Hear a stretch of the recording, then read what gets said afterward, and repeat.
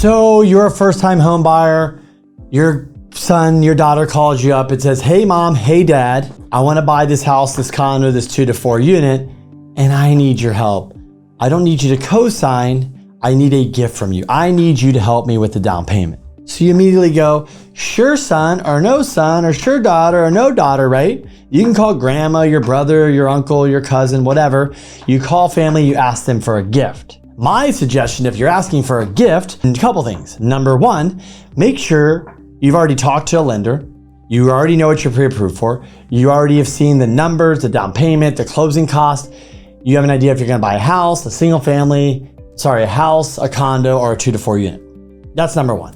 Number two, make sure you understand what is your payment. How much money is it going to be for the closing costs? How much money is it going to need to put down? How much money are you going to have for this transaction? And number three, when you go and ask the parents for a gift, you want to have your stuff together. Because I've been doing this a long time. Having your ducks in a row really helps. Tell mom and dad that you've got pre-approved, you know what you want to buy, and you're asking for a gift, but here's all the paperwork, here's the payment, here's this.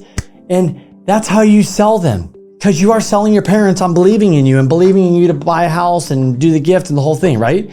So get your shit together before you sit down and talk to your parents, because guess what? I talk to parents and they want to know all the stuff, and when you don't have it, they're like, well, what am I even giving them? We don't even know the numbers. How do I know if they can afford this? What are we doing? That's what you want to do. If you're a parent and your son, your daughter calls you and says, mom and dad, aunt and uncle, grandma, grandpa, whoever you are, I want you to gift me funds for my down payment, and they have all their stuff together, and you say, sure, you're gonna give them 50 grand, 20 grand, 10 grand, 100 grand, 200 grand, 500 grand, $1 million, whatever it is. Do you know how you're gonna give that to them? Did you call your CPA? Did you call your financial advisor? Did you call your attorney? I don't know. Who do you call? How do you do this? Well, let's dive in to the proper way to gift. In 2024, the gift that you can give somebody, a family member, is up to $18,000 per recipient. With married couples, you can gift up to $36,000. Number one, but wait, you're saying, Kenny, I said I wanted to gift $100,000. Let me get to that. Gifting for a home down payment requires understanding IRS rules, considering the donor's financial situation and impact on real estate planning. There are specific tax considerations and reporting required for gift exceeding the annual exclusion amount. So let's say that mom and dad are willing to gift you your money. Cool. One thing you could do is you have a husband and a wife, and the husband and wife go to both parents and they both give them, remember, they're married, $36,000 each, that equals $72,000. That might cover your scenario. If you're saying, hey, Kenny, I need to get gifted $250,000. My mom and dad don't know how to do that. Do you have any suggestions? Well, sure. Number one, they should definitely be calling their CPA right away.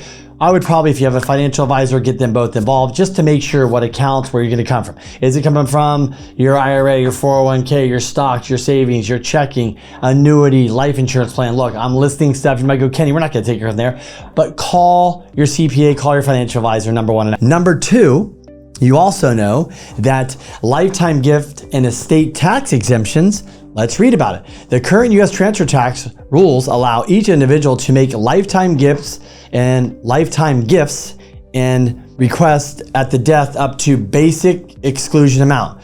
Without gift or estate tax in 2024, these amounts are set at a whopping $13,000,000.61.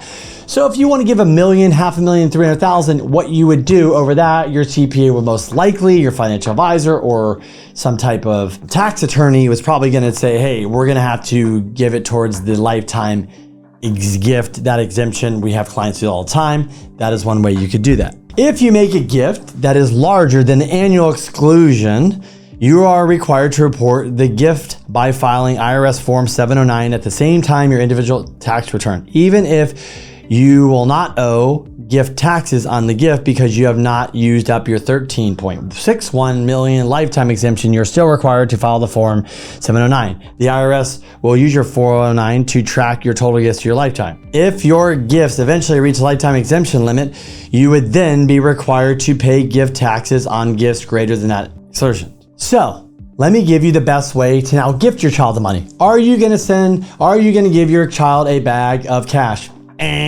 Are you going to wire the funds into your daughter or your son's account? Are you going to, number 3, wire the money into escrow? Ding, ding, ding, ding, ding. Yes. And why do you want to do that? Number 1, we're not going to take a bag of cash you just got deposited your daughter's account or your son's account. Number 2, we really don't want the extra paperwork, and most parents don't want to send me a copy of their bank statement. They go, this is my information, why do you need it? Well, you gifted it, sir, from your account to their account, and I need it. But if you just simply send it into escrow and you fill out that nice gift letter that you gave your son Bobby, Robbie, Tommy, Kenny, whatever, $1 million, and you wired an escrow, we don't need anything else from you besides the letter and money in escrow. And that, my parents, my friends, my listeners, is the way to get funds. That's how the IRS is going to look at it. And if you want more information on this, do not call me. Call your CPA, your financial planner, or a tax accountant, attorney, whatever you may call it. But if you are looking to get pre-qualified and talk more about gifting, can you get qualified and all that, obviously reach out to me. Love to help you out, love to chat and learn more about you and your scenario and how we can help. All right, folks, in this article, I almost made a $14,000 home buying mistake. What I learned about mortgage points and fine print.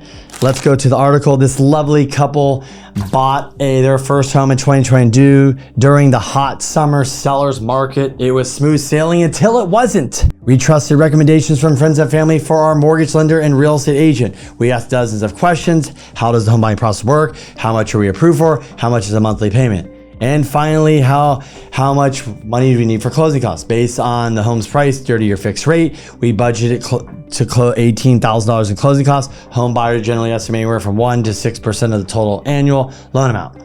Less than a week before a big day, our paperwork said we would need to bring in nearly $25,000 to close. In addition to our down payment, that's when we noticed we owed $13,920 in discount points, which were folded into loan costs. We were stunned. Along the way, our mortgage lender had mentioned discount points, but we hadn't realized that discount meant we were buying the lower interest rate and we'd have to pay more money at closing. What was the lesson learned in this? Let's see here.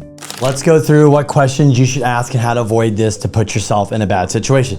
Number 1, what is the loan amount? Number 2, what is the rate? Number 3, check out the payment, PITIMIHOA, whatever it is. Number 4, does this rate include points, buy down points, discount points? If so, how many points and who's getting what? Also, is this fixed or adjustable rate mortgage? And finally, what are the total closing cost fees and how much is it do I have to come in with?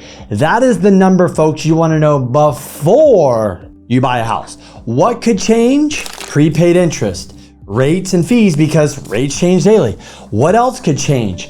Depending on what title and escrow you go to, their fees are all the same. So if you get something locked in though and the rates change, the loan officer should be able to describe that to you. So just make sure you get all the documentation up front, you get your questions answered. If you are in the middle of a refi or a purchase and you did notice maybe there's some fee you don't like, or you're not sure if you get a good deal, you can go ahead and send me your loan estimate. I'd love to do a free LE review and tell you if you are getting a good deal. And last but not least, folks, you have the right to shop and go to different lenders, banks, credit unions, mortgage brokers, whatever you want, and make sure you're getting a good deal for you and your family.